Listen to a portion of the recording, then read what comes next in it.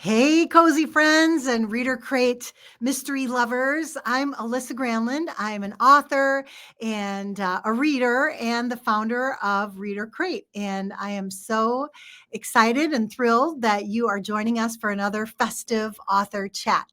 Tonight, I'm joined by an absolute star of the cozy mystery world, and that is Ellen Byron. And Ellen is a USA Today bestselling author. She's a recipient of multiple Agatha and Lefty Awards for her Cajun country mysteries, her vintage cookbook mysteries, and her catering hall mysteries as Maria DeRico. She also has a series called the Golden Motel Mysteries. So she's also a two-time Anthony Award winner. So lots of awards for her. She also has written for TV. She's a playwright. Some of the things that she's written on TV, we were just kind of chatting a little bit, is some comedy stuff, Wings, Just Shoot Me, and Fairly Odd Parents, which is the one that really caught my eye because my kids were huge lovers of that Nickelodeon show, which was so fun. And she's written over 200 articles for national magazines. I mean, she has just done so much. It's so impressive. But she said that her most impressive credit, which I need to hear about this, is working as a cater waiter for Martha Stewart. So I want to hear about that. She does a blog and she is a lifetime member of the Writers Guild. So Writers Guild of America. And just serves on boards. I mean, she's just seriously so cool. She has 4 amazing releases this year, which we're going to get into. And I am just really excited to welcome to our live stream Ellen Byron. So let me bring her on right now. Hey, There we I go. just need to. Hello.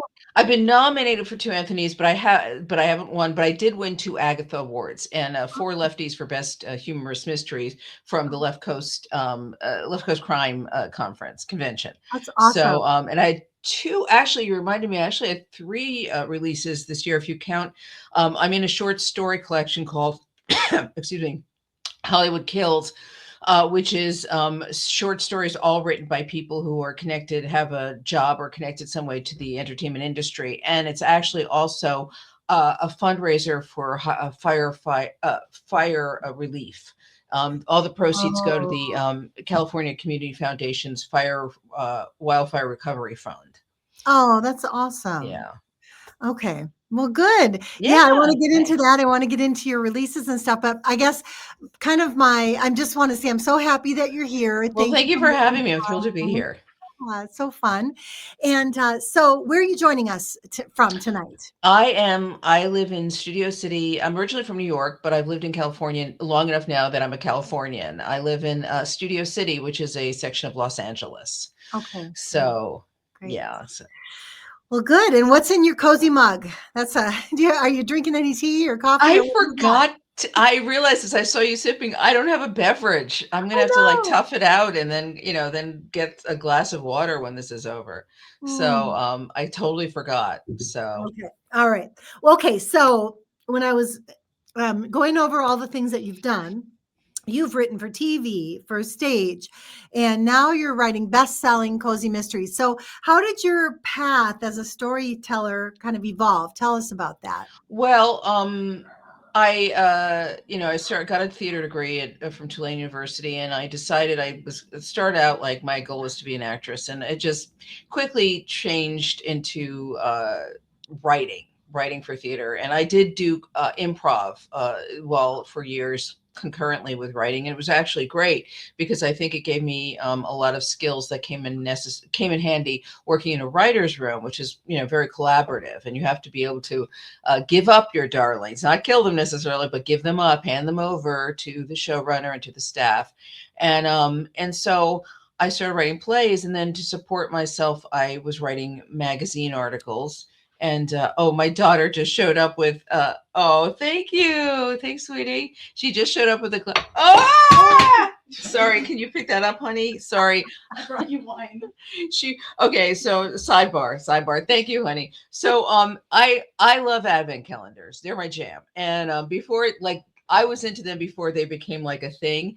And Yeah. so I have like, and I've like evolved into to the kind of advent calendars I like, which now I kind of lean towards cheese, chocolate, and wine. Oh, Because yeah. a lot of those, the other ones like I love tea. I'm a big tea drinker, but I like specific teas. So I know if I get one of those, there are going to be 1,000 teas I don't like, and it's a Yeah. waste of time and money. Anyway, so my daughter bought me a glass of water. Thanks, sweetheart. Hold on. Mm. But she also bought me one of the one of the things I got was this wine called Vine Box or something, and they came, it's like test tubes. Oh, And so it's such an odd shape. I mean, the wines are like, high end. They're supposed to be very, fancy and high end, but like it looks like it's impossible. So it just rolled off the table when she brought it to me. So I'll just put that there and hope it doesn't roll off again. okay. Okay, back to live. It's live. So anyway, I was doing freelance magazine writing to support myself, and then I hit a point with my plays where I'll remember very clearly, I was getting notes from yet another workshop production, and I was sitting there in my New York apartment, my fourth floor walk up, going, boy, if I'm going to be giving these notes, someone should pay me to take them. And that's when I decided to make the transition into television. And that was a very tough decision because it meant moving from New York. And, I'm a native New Yorker. My dream from childhood was to live in Manhattan. And I was living that dream, and I loved my New York life. I loved it. And, I did not love Los Angeles. In fact, my very first trip, I was 19 and I couldn't even rent a car. And I told the story some before that I was like, my dad said, you have to go and visit California. And my great aunt and uncle had moved out from Brooklyn to Modesto, of all transitions, because he was in the food business and he was running a tomato packing plant. So I visited them and then went down to Los Angeles. But I couldn't rent a car. And so I was like, I went for a walk. My dad booked me at a place where he had stayed on Sunset Boulevard. And I went for a walk and I walked into Beverly Hills and a police car pulled me over because they thought I was a teenage prostitute. So I did not have a great feeling about LA, but during the 80s, I would have to come out and do interviews for celebrities and stuff. And so I was like, I got to do it. So I pulled the trigger and moved out here in 1990 and then got into, I was writing by myself, spec scripts, and then I got a TV writing partner.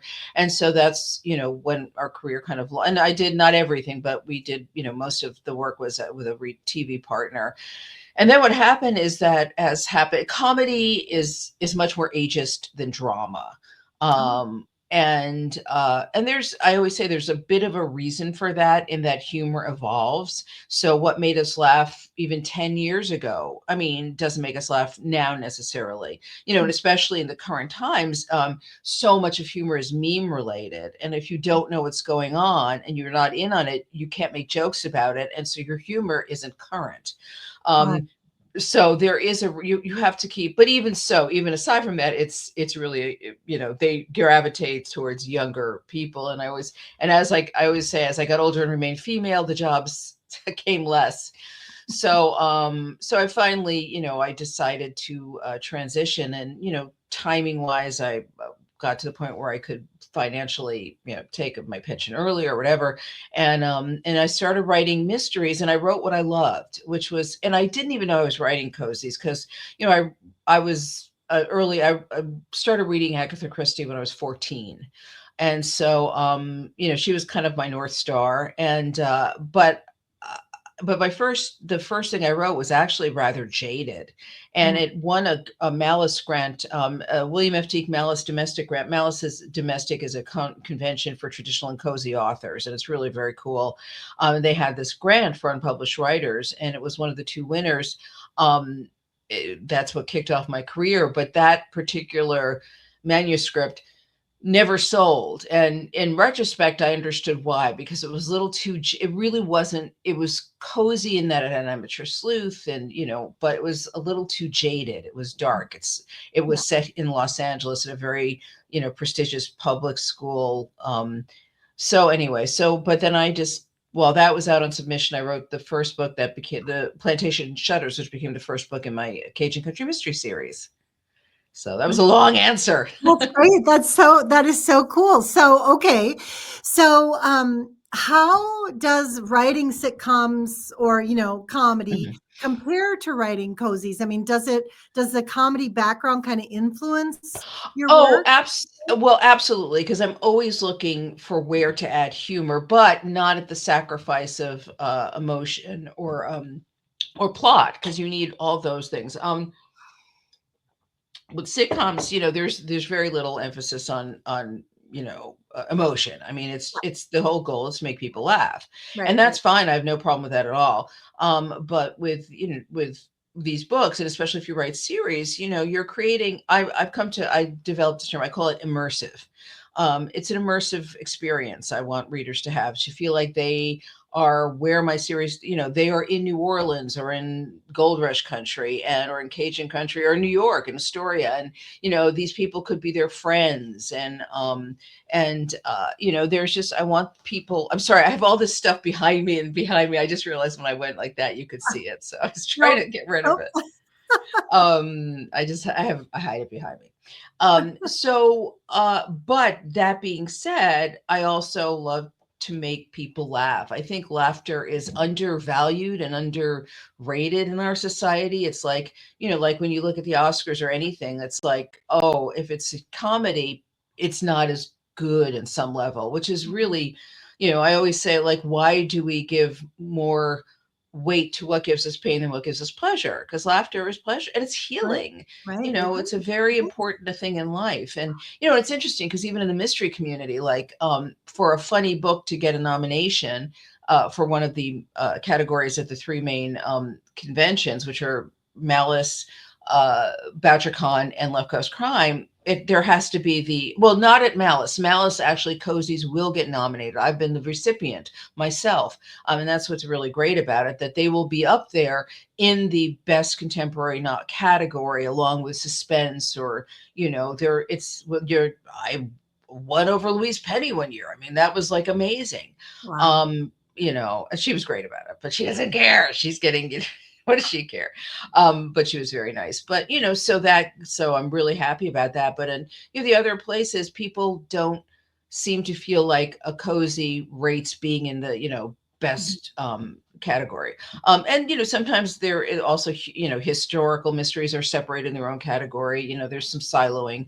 But even that being said, um, I wrote one standalone that hasn't sold, and it's based on a family situation, and it's like the least funny thing I wrote.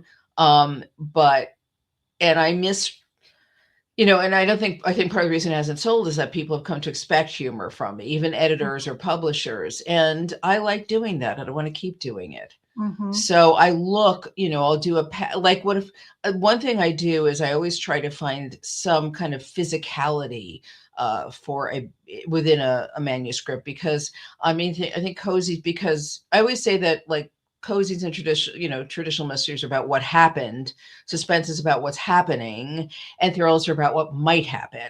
So if it's what happened, a lot is talking about past and stuff. So I will actively look to, if I'm sending my amateur sleuth into a situation, I try to find something that's going to provide humor and make her active at least a couple of times, so she's not just talking. Mm-hmm. That's So great. That's good. Okay. All right. So you released, now you said it was three. I thought I had four in my list, no, but it's actually two. I had Solid Gold Murder, which came out in July 29th, and then Crescent City Christmas Chaos, which okay. just came out on November 11th, November 4th. And then in between on September 2nd, the short story collection that I'm part of did Okay. come out. Okay. So What about the recipe book though? I thought there was a recipe one that came. no, my vintage cookbook mysteries are inspired by my own hobby of collecting vintage cookbooks, and so they all have recipes in them that I've adapted for my own Oh, collection. And of wow. course, the great irony is that I am not a cook. My daughter is a fabulous cook. She's the family chef. I love to bake. I have just made some cookies today for the holiday. Oh, that's But good. I'm always on a diet, so I can I can never indulge it as much as I'd like to. One little small one, right? Yeah, I do it. Okay, so tell us the Martha Stewart story. What's that Oh, about? Well, so after college, I was your basic New York aspiring performer, and I think I was starting to do improv, and I met an actor who said, "Oh, I'm doing these part-time, catering gigs with this caterer who's based up in Connecticut. If you're interested." I was like, "Yeah, I know Connecticut well. My parents actually had a cottage in northwestern Connecticut for decades, so but this was more Westport is on the shore more, and so somehow they needed people. So I got jobbed in, and I laughed because I the very first, I just, so anyway, so I cater waitered, and people say, well, what is that? Well, it's when you're both helping to cater and you're also waiting. And so I'd work in the kitchen and help assemble the food, especially for appetizers, and then serve it, either passing hors d'oeuvres or occasionally manning a buffet station, or even I may have once or twice done a sit down, which those were the most terrifying. So I did that off and on for a few years. And then, after it's started, one day this book arrived at the door of my fourth floor walk up, and it was a copy of Entertaining, her very first book, and with a thank you note. And there I was in the credits, and there at page 29, I'm sitting in the Ooh, I Hubernew have it. I kitchen. have it. I will go look. If you have one of the early editions, because they Okay. did an in-between edition, and I'll tell you, I'll get to this in a minute. And that really actually, I still use things I learned from Martha. I mean, especially in the catering hall mysteries. I remember she, in the first book, Mia, the protagonist, has to do an offsite event. And I'm like, oh, how did we get stuff from Connecticut down to the city? And so I, call back my memory cells and remembered. And but this is very interesting. They just this year, the same day Crescent City Chaos came out, they re-released Entertaining, and the original edition, because it suddenly became very popular on TikTok. Mhm. And I actually did a little TikTok where I showed the book and showed my picture. And it was like, Oh. all my other the few TikToks I've done, like, but that one, wee. So, they did a podcast where they brought together people who were somehow involved with that first book. And I was only peripherally, and it was so interesting because, Martha, so I was the only one who was like on the computer. Everyone else was in person, but they were shooting it up in Westport, and I couldn't get there in time. And I think also the shutdown was on, and my daughter's Mm.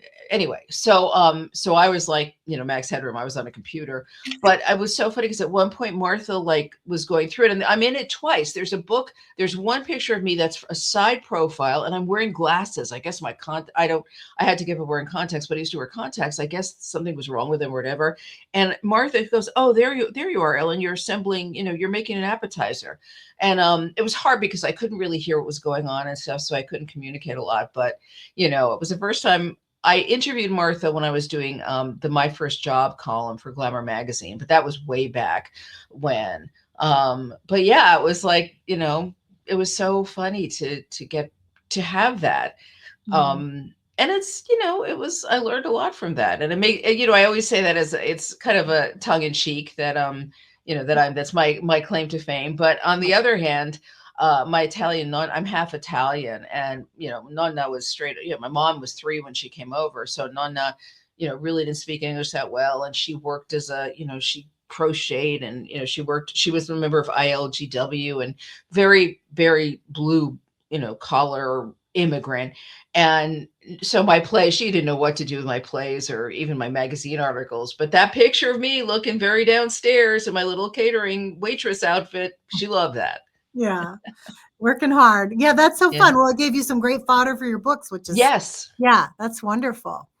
So, well, tell us a little bit about Crescent City Christmas, since that's Oh, kind of the new release right now. So tell us about it. Crescent City Christmas Chaos is the fourth book in my Vintage Cookbook mystery series. And my protagonist, Ricky, has kind of she's 28, but she's a widow. And she lived in Los Angeles. What happened is she was born in New Orleans, a charity hospital, but she was abandoned at birth by her teen mom, who disappeared. And her NICU nurse fell in love with her and ended up adopting her. And then when she was about 7 or 8, she her mother Josepha got married to a grip who was in town, Luis, who was in town working on a movie, and then they all moved to Los Angeles. And now Ricky impulsively married in her mid-20s this actor who was struggling, but then he found fame as a YouTuber doing stupid stuff, and they were separated because it was just she knew it was a bad move, and he died doing a stupid stunt. And so she ends up being like, in this bad position where she's actually a widow, even though she was getting divorced. And also the other thing that happens is that she was, her job was managing the first edition collection for a billionaire who turned out was running a Ponzi scheme. Because one of my fascinations is with the whole Madoff situation. Oh, sure. Because I knew one of the moms here at school, her parents who were supposed to retire and move out here lost all their money from the Madoff thing. So, so I kind of factor that in anyway. So Ricky has moved back to the town of her birth to see if she can find out more about, if maybe proximity will help her discover her, she's doing the websites and stuff, like Ancestry, but, being in New Orleans might help her find her birth mom, something that her parents really support. Anyway, so it's around Christmas, and Joseph and Luis have come to surprise her and stay for the holidays. And there's a woman from the past who Josepha thought was dead, but it turned out that the obituary that was for a woman with the same name, and she's still alive. And she has something on Josepha, and Josepha is Black. She's African American. So to adopt this white child as an infant, this woman was somehow involved in that. And so when this woman dies, Ricky, suddenly her parents are prime suspects. So she has to help clear their names. And meanwhile, there are these robberies going on. In New Orleans, there's this famous Christmas character called Mr. Bingle, who's like a snowman with an ice cream cone hat. I always thought he was creepy looking. And so I was going to do it like this robber is dressing as Mr. Bingle. And then a friend said, well, you could kind of make, that might be libelous because I think Diller's, someone owns the copyright. So I created a takeoff of him, a parody of him called Mr. Bongo. And the thing about Louisiana and New Orleans is that it's like 100% that would happen. That it's like Bad Santa. So someone created like a Bad Santa version of Mr. Bingle, and now this robber is dressing it. So that's going on simultaneous. So there's a lot going on. That's hilarious. Yeah. So Mr. Bongle, who's like the kind of a, so it makes me laugh because I just know New Orleans well enough to know that 100% that there could have been a Mr. Bongle and he would have been completely embraced by the city. And it's Christmas in New Orleans, and I try to lean into that. Although one reviewer did say there's not a lot of Christmas here. I'm like, well, I think there's plenty of Christmas, but it's not. I mean, but there's a lot going on. Like I said, I like my mysteries. I like them to be active. I don't just want people to go and just be sitting around a coffee. There are plenty of sitting around and talking because that's part of the genre. But every so often, I want to get. Oh, and so Ricky has to pretend sometime, they're trying to figure out what's going on in the street where this woman lived, which is a very upscale street in New Orleans where there are a lot of secrets. And one of the people who lives there is this old lady who's totally racist. So, and that was a really fun scene to write, I have to say. So you lived in New York and now you live in LA. What draws you to these Southern kind of locales for your book? Well, you know what? I mean, I went to Tulane, but don't forget that my other series, Solid Gold Murder, the book that came out, is the second of my Golden Motel mysteries, which is set in California's gold rush country in present day. And my protagonist in that is very much me. She's a kind of, I call her recovering sitcom writer who realizes that she's about to turn 40, which her career is practically over. And so she impulsively buys this motel in gold rush country. And that series is, has a lot of humor in it. And I always try to have, it's the present day, but I always try to have an element of the entertainment industry and an element of history. So in Solid Gold Murder, there's she's taken up cartooning her dad is a voice actor, and now he's living up there. So she grew up like going to like, when you had to record episodes, and she cartoons. And so there's an agent who lives up there part time and is trying to sell her cartoons now to, Hollywood for development. So there's that runner going on. But there's also the gold rush, the past informing the present, which a lot of my books have that, kind of what happens in the past informs, what's happening in the present. Um, and so, but what, so I just, I really wanted to go. When I learned there was a college in New Orleans, and it was from someone who was 2 years ahead of me in high school. I was like, oh my God. I was a big Tennessee Williams fan. I love Tennessee Williams. I mean, Oh, Glass Menagerie is just one of my favorite, which is ironically set in St. Louis, where my husband is from. oh, Um, but and so and I actually, because of financial situation at home, I had to go to state school in New York for a year and a half. But I was determined. In the middle of that sophomore year, I transferred to Tulane, and Newcomb College, which is the women's division, which doesn't exist anymore, only as an institute, sadly. That's mm, a result of Hurricane Katrina. But mm. and I just became, New Orleans is such a unique. It's hard to, I think people really get how unique it is when you go there. But my daughter ended up going to college there too, and she lived there more than I did, because she Wow. stayed through it with COVID and stuff. She got jobs and she stayed and stuff.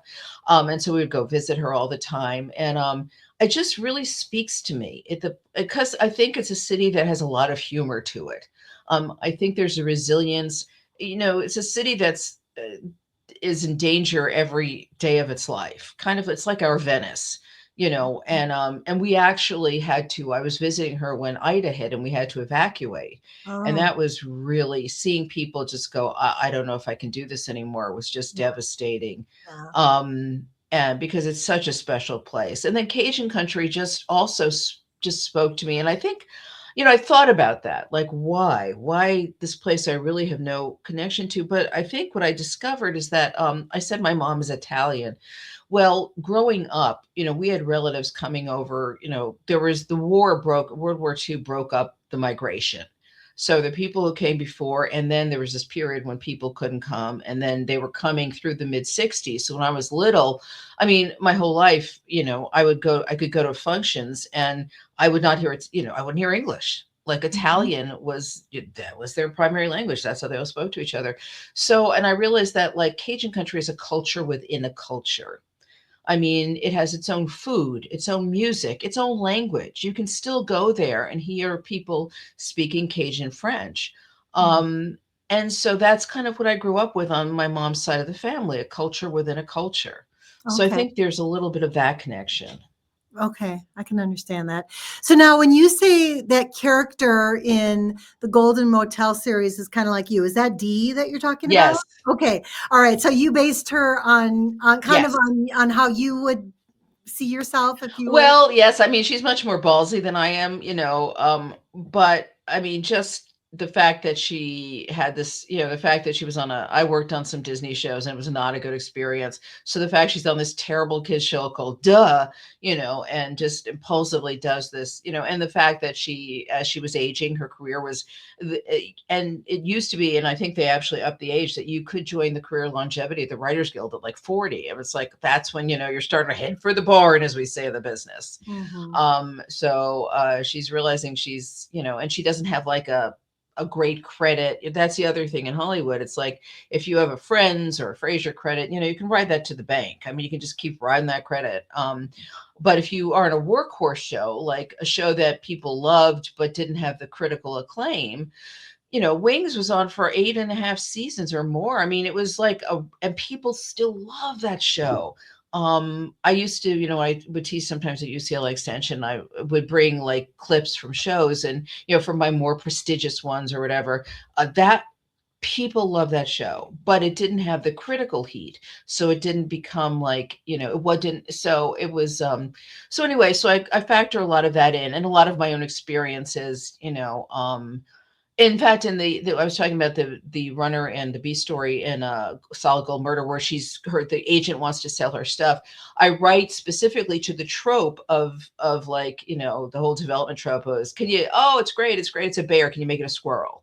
Mhm. And I write to that, but at the end there actually is a legitimate reason why, and I'm not going to tell you what it is, but I didn't want to like just make it all jokey. It's like, when you think about it, the executives have a point in not wanting it to be a bear. Mhm. They're not handling it in the best way, and then she has to go, okay, well, you know what, that does make sense, but it's Yeah. not the direction I want to go in, but it does make sense. So I Mhm. didn't want to just to be kind of like superficial. I wanted there to be, because I've dealt with so many executives, and they're good people. I mean, some of them aren't, some of them are. A lot of Mhm. them are. I had some Right. wonderful, very positive experiences with them. Mhm. Yeah. And I'm grateful. Look, if I hadn't had the TV career, and it was ups and downs, there were years where it was like, oh, I don't know how we're going to make it. But I wouldn't be able to do what I do now. And, I'm proud. And it was I'm proud. That's good. That's good. So, I mean, in your books, then you're kind of writing the truth, right? I mean, you got Yes. the firsthand experience of what it's like, and I can't wait. One of my daughters went to school for theater as well, and Yeah. was going to be an actor and did the improv and all that jazz. So she's the one who loves Fairly Odd Parents. So Oh, yeah. yeah, so I am so excited for her to read some of your stuff. I just think Well, that's so fun. I think she would really like that series. And the thing that was so much fun, where I loved working on that show. That was really fun to work on, because we didn't write down. It was like, there are every so often we go, well, kids might not get that, but we were never wrote down to them. Mhm. So it's a show that parents could sit and watch it, because I would, some of the animated shows, and I would sit and watch with my daughter, and I'm not animated like some of the, I'll say it, some of the Disney Channel shows. Right, right. I would sit and watch my daughter and be like, oh, come on. She'd be like, Mom, I'm trying to watch a show here. Go away. Yeah. Take your judgment and go away. Yeah. Um, and I just, I love writing, each of my series, I really have loved writing, and feel very connected to on some level. Like, the catering hall, Maria Dorica was my late nana's maiden name. They asked me to Oh. take a pen name, and I was like, Oh. okay. And I did that. And my protagonist there, Mia, she lives where Nana lived in Astoria. She Oh. lives Oh. literally, she lives upstairs where not my great, my uncle and aunt and their 4 kids lived, somehow packed in, and Nana lived downstairs. So in my book, Nana lives downstairs and Mia lives upstairs. So, and she Oh. works at one of the catering halls. She works at the catering hall where my husband and I had a reception, because cousins by marriage ran it. We had our New York reception there. Well, I was going to ask you, you write a lot about strong, kind of smart, funny women. And I was going to ask you how you come up with them. So it sounds like you base them on, You know what, they all have, look, they're all brunette, or they all have, well, no, Mia has bright blue eyes and dark hair. She does not look anything like me. But I think my other 3 characters all have hazel eyes. um they all have aspects of me, but they're not all me. I think Dee is probably the closest, although she's way ballsier than I am. I would never have the guts to do or say some of the things she does or says, and it's great to be able to let her do it. right. um you know uh with Ricky in the vintage cookbooks, she is much more hesitant. She's really not a lot like me. In fact, at one point, Valerie Bertinelli was interested in the book, and Bayou Book Thief and stuff. And I was like, oh my gosh, even though she's not 28, her quality is so perfect. And it really, at the end of the day, it's so much more about that.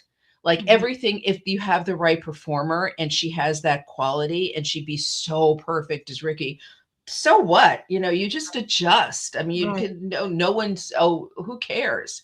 Mhm. So I think, and in the beginning of the series, she's a little more California, she's a little more woo-woo, like she has affirmations. I do have my one affirmation that was given to me, and I love this. I interviewed Shirley MacLaine once, and I told her I was afraid of flying, and I had to go back and forth a lot, between New York and California. And she said, I'm going to give you an affirmation. When you feel like, or mantra, whatever, when you feel that fear coming on, just close your eyes and say to yourself, I'm having a safe, uneventful journey. And it was like the best gift I've ever gotten in my life, because what I found is you can apply that to everything. Hmm. I mean, on the freeway, every day, I don't think a day goes by when I don't tell myself that. When you're about to get on a Zoom, it's like, because journey is such an all-encompassing word. So, Mm. but I gave that aspect to Ricky, where she has like affirmations. And, in the first book in the series, she uses the word awesome a lot and people tease her about it. And a lot of it is, so a lot of these protagonists are just, there might be a hint of me, but then they're just in my head. I don't see myself as that character. Hmm. Yeah. Well, let's switch over to the vintage cookbook mysteries. Okay, so because that's kind of a fun concept. What Yeah, kind of sparked the idea of building a series around old cookbooks I and collect them. okay, all right. I started with a few, and now I have like 100. I can't even count how many I have, because I can't. Now it's become like an addiction. Where do you I get can't go them? to Where do you find them? library sales. Now people will give them to me. They're like, "Oh, I've had this for years, but I'm not doing anything. But you like it," and I can't say no. And the great irony of this, and I wrote this. I gave this character trait to Ricky, is that I'm not a cook. My daughter is a great, like I was saying, I'm not a great cook, but and this. The books, I take recipes from the cookbooks and adapt them, because and because I feel like you can't do a vintage cookbook mystery series and not have recipes. And it's Mhm. so cool to find them and use, and it's kind of like being a detective a little bit, because if you're adapting a recipe from a 1930s cookbook, well, ovens were different then. Ingredients don't exist that did. There was some jam recently that was in a recipe, and I'd never heard of it. And I looked it up, and it's some jam from the Lorraine region of France. And I remember at one point, Finn and Hattie was in a couple of recipes. I'm like, what is that? It's just, and that's my fascination with them, is they're so evocative. It's like anthropology or sociology, or maybe both. They're very evocative of their time period. I mean, the cookbooks from the 1930s are budget cookbooks because the depression was going on.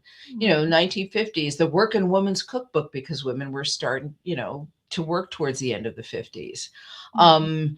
One of my favorites is so cool. I found in our library sale the photoplay cookbook. And by the way, cookbook for many years was spelled as two words. So I will get corrected on that when I do it. But I'm like, I have to put like sick, because SIC, because that is how it is in the title. The photoplay cookbook of the stars from, 1920s. Okay. And it was 1928, which was, of course, the pivotal year from transition from silent to talkies. And then I love Ford put out my very first vintage cookbook was the Ford Treasury of Famous Eating Places. And it came out in 1950, and it's beautiful. It's like yellow, and it's got this fabulous artwork. And that's another thing that I love, is the artwork and how it's evocative of the period of the time. And it was a way of, encouraging people to drive and to take driving vacations, to go to these cities so you could eat there. And then, I mean, so I just become really fascinated. That's very cool. That's really cool. Where do you keep all the cookbooks? Everywhere. They're Yeah. all over. I've filled my I have to condense. Sometimes what I do is I specifically buy them and use them in, when you go to these conventions, there are silent auction donations. So Oh, I'll do a vintage cookbook, like it'll have the first two books in my series, and then I'll include 3 or 4 vintage cookbooks along oh, with what a some, cool idea. related. Yeah, so I give them I love away. that. And I've given them away as fate. Like I did a Poison Pen is a great mystery bookstore in Arizona, and John Charles, who runs the events, invited me to talk to their cookbook club. So we did. It was great because I flew to Phoenix in the morning, and we did. The women brought food, made recipes from vintage cookbooks from their own past, so there was food there, and then I wrapped like 20 cookbooks, and people like hand them out as gifts. So everyone got like a vintage cookbook to take home. It Oh, weeded out some of my collection, but now I've got a big stack because I can't, I keep buying them to give away. So I have to stop. I have to stop. yeah, yeah. I know. It's funny how those collections, I know. I I know, know. can be a problem. So, okay. So I had another question on that. Yes. I want to go back to the Crescent City Christmas chaos. Okay. So did any of your kind of favorite holiday traditions make their way into the book at all? Anything from You your know past? what? Not really. It was more about Christmas in New Orleans. Okay. And so, but there are things like I love outdoor decorations, so I make sure that I describe some of the outdoor decorations. I needle my hobby, my other hobby besides collecting cookbooks that I don't cook from is except for the book series, except for the series, is needlepoint. So I have dozens of like 2 dozen ornaments that I've needle pointed, or going back to when I was a teenager. I also did Oh. other stuff then, and I have, so I love decorating the tree. I have one thing that's become a tradition over the last 5 or so years is that 3 mom friends from the neighborhood and we go out and we do what I call the Christmas crawl, where I'll find like out decorations around the city, like homes that are like really done up, in a big way. And so we Mhm. drive to all these homes and then we, stop for a bite to eat and a drink. So, and I Oh. love doing that. So we used to, when my parents, oops, you can see behind me again. Um, my parents have both passed away now, but when they were coming out here, just my dad, there's one house that was it was literally, it had a website. It was just great. And it'd be so much fun going there. He just loved it. He was Oh. like a kid. Yeah. So those are a couple. And now my daughter has added a new tradition, which is making gumbo for Christmas Day. So Well, Christmas Day gumbo. that was going to be one of my questions, Ah, actually. So I was going to ask you in a kind of some rapid fire, gumbo or beignets or oh, beignet. gumbo. How do you say it? Beignet. Beignet. Beignet. Yeah, beignet. Gumbo would be your choice. Mhm. Absolutely. Okay. And is it spicy? No, Your I don't gumbo? like spicy. Okay, because my I brother-in-law makes it and it's very spicy. So, No, and you know what? This is a misnomer, and you really can. That goes back to Paul Prudhomme and blackened redfish. And the thing is, New Orleans cooks will tell you it's not about being spicy; it's about being flavorful. mhm. And it's very rare. I never really. I don't think I've ever had a spicy gumbo. It's You know what? not I'm a sorry, I misspoke. It's jambalaya that he makes. jambalaya. Yes, That's what he makes. Yeah. jambalaya. Yes, is more likely to have some heat. People will make it with some heat, but I don't like. I don't. I just want to taste the flavors. My Yeah. dad was one of those people who loved spicy stuff, and he would sit there gasping for air and it's dripping sweat. And my husband would say, "I don't understand how this is a positive experience for you." That's so funny. Okay, what's your favorite classic holiday movie? You know what? I would have said years ago, I would have said White Christmas, but it's actually my favorite that I watch usually by myself every year now is the 1951 Christmas Carol with Alistair Sim. Oh, I yeah. love that one. It's just old-timey, but it was just so on point for that book. Yeah, it was. Yep. And Okay. I do love White Christmas, although as I've gotten older now, the fact they shot it on a sound stage and you can kind of hear the echoes sometimes is, you know, Mhm. so, and some of those songs are not Irving Berlin's best. Yeah, exactly. Okay, real tree or artificial? Artificial, for the environment, we thought, but we've had the same tree for like ever. And I got a rotating tree stand because I'd seen one at someone's house once and fell in love with it. And theirs was like dated back. It was like generations old. But it only works now with an artificial tree. You can't use a real tree in it. And so we've had the same tree and all the lights are like have kind of died. So we got something from, actually, I think it was Amazon, where you could just hang it over the top of the tree and like 5 strands of lights come down. Oh, So, but fun. I'll always miss the fabulous scent of a real tree. I I'll know, miss but that. the mess is, I yeah, know. I know. yeah, exactly. Okay, what's one retro recipe that you do actually make?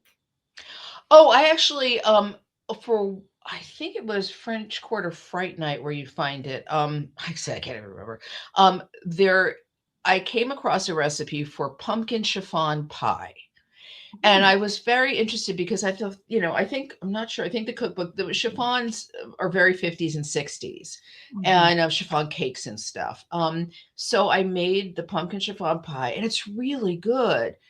It's almost like a mousse. It really is, Oh, and yeah. it's Mhm. like a pumpkin mousse in a pie shell. And I always use like a graham. I'm not I use it when I even make a regular pumpkin pie. I use a graham cracker crust because I think that's much more flavor. It just works, I think, really well with pumpkin.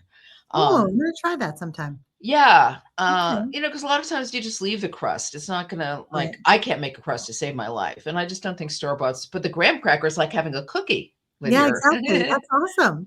Yeah, so Well, so okay, so can you give us any sneak peeks about what's coming next for you? yes, I can.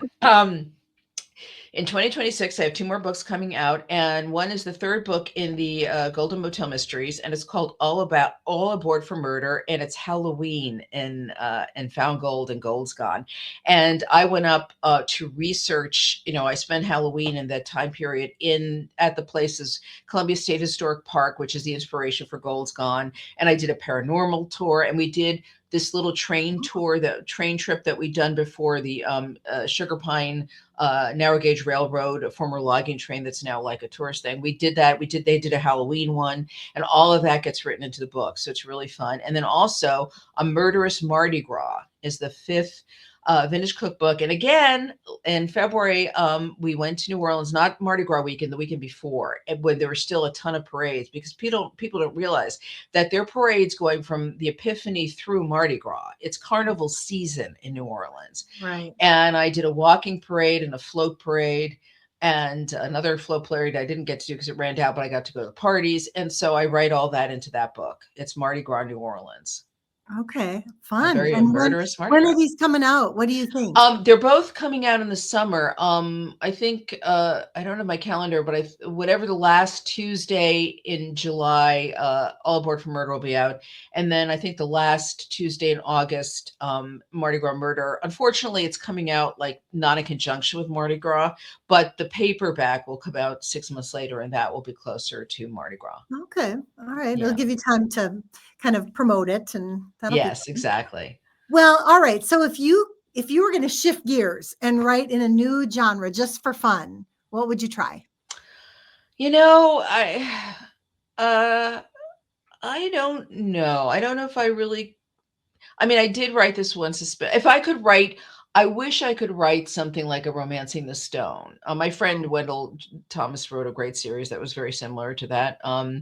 I would love to write kind of a caper, like a mystery caper, like light and light. I'm not good at writing romance; it's not my thing. But a fun, if there's a little bit of that. One of my favorite movies is the movie Charade. Mhm. Um, it's such a great movie, and it's such a great caper with just twists and twists and twists. So I'd love to write something like a book that was like that, Twisty. Okay. but still funny. I think, the suspense I wrote is really good, but I miss the humor in it, and so Mhm. I wanted to have suspense. I wanted to be like twisty, suspensey, but also funny. Yeah. Okay. Well, what's the best way for us to support your books and stay connected to Oh, you? sign up for my newsletter. Okay. It's you can sign up on my website, and I goes out once a month, and I do a lot of giveaways. Actually, right now, I'm doing, and I've shared it on my Facebook page, and it's also on my Instagram. I've shared it everywhere. I'm doing Katrina McPherson and I. She writes a motel series set in California, the Last Ditch Motels. And this past Friday, December 12th, was the 100th anniversary of the motel. And the Oh, first motel opened in San Luis Obispo on December 12th, 1925. So we're doing a giveaway that's really fun. And if you go to my author page on Facebook, and also I think it's on my personal page, I shared the link to the newsletter that went out with the contest in it, and I'll notify people privately on Friday if they won. There's some fun gifts for it, and then I do try to do little giveaways of some sort, not every month, but quite frequently, and a little about my personal life where I can. And also you can follow me on Instagram, but also BookBub and Amazon and Goodreads. All of those are really important now because, they're very important because of these algorithms. mhm. It's almost more important to follow me there than at like Facebook or Instagram and stuff. Although you'll have more fun if you follow me You at those mean to places. follow you on Amazon or BookBub, you mean? Yes, The Amazon, Amazon? BookBub, Yeah. Mhm. Yeah. yes. So just your website is ellenbyron.com, right? Right. Yeah. Yes. Okay. All right. And let's see Oh, here. one other thing I'll say is that if you sign up for my newsletter, you get the link, and you should get a letter, get a thank you that has a link to my secret downloads page, and I have Oh, some recipes on that, and also like versions of like the some of the stuff that I do as giveaways for swag, that like a postcard with recipes on it, so and a short story. So yeah. Yeah, that's great. Well, thank you. thank Well, let's see you, here. We've got, yep, I probably I said 45 minutes, so I'm a little over, but it was such a blast. Thank you so much for thank you sharing your so much. process and your humor. It was great to see you. And I really appreciate it, and thank you so much, and to anyone who sees this, and to you, have a fabulous holiday. yeah, thank you. And I want to just say hi quick to some Vanessa, hello, and Tina, hello. Thank you for joining us and commenting. They just said hi and where they're Oh, from, Kansas. okay. And let's see, Tina, I forgot where you are. But anyway, Yeah. it's really nice that they would join us. And don't forget, Reader Crate is available, and I do have a couple left, and they're going to be shipping out January 2nd. And Ellen has included some gifts in there for our Reader Crate members. So that's really fun too. Great. Yay. All right. Yay. Well, it was so wonderful, Ellen. Thank you so Thank much. you. Thank Okay. you for finding me. Yeah, it was great. Have All a right, great everyone. Thank holiday. you for joining us. Take Okay. care. All right. Bye Bye. bye. Yay.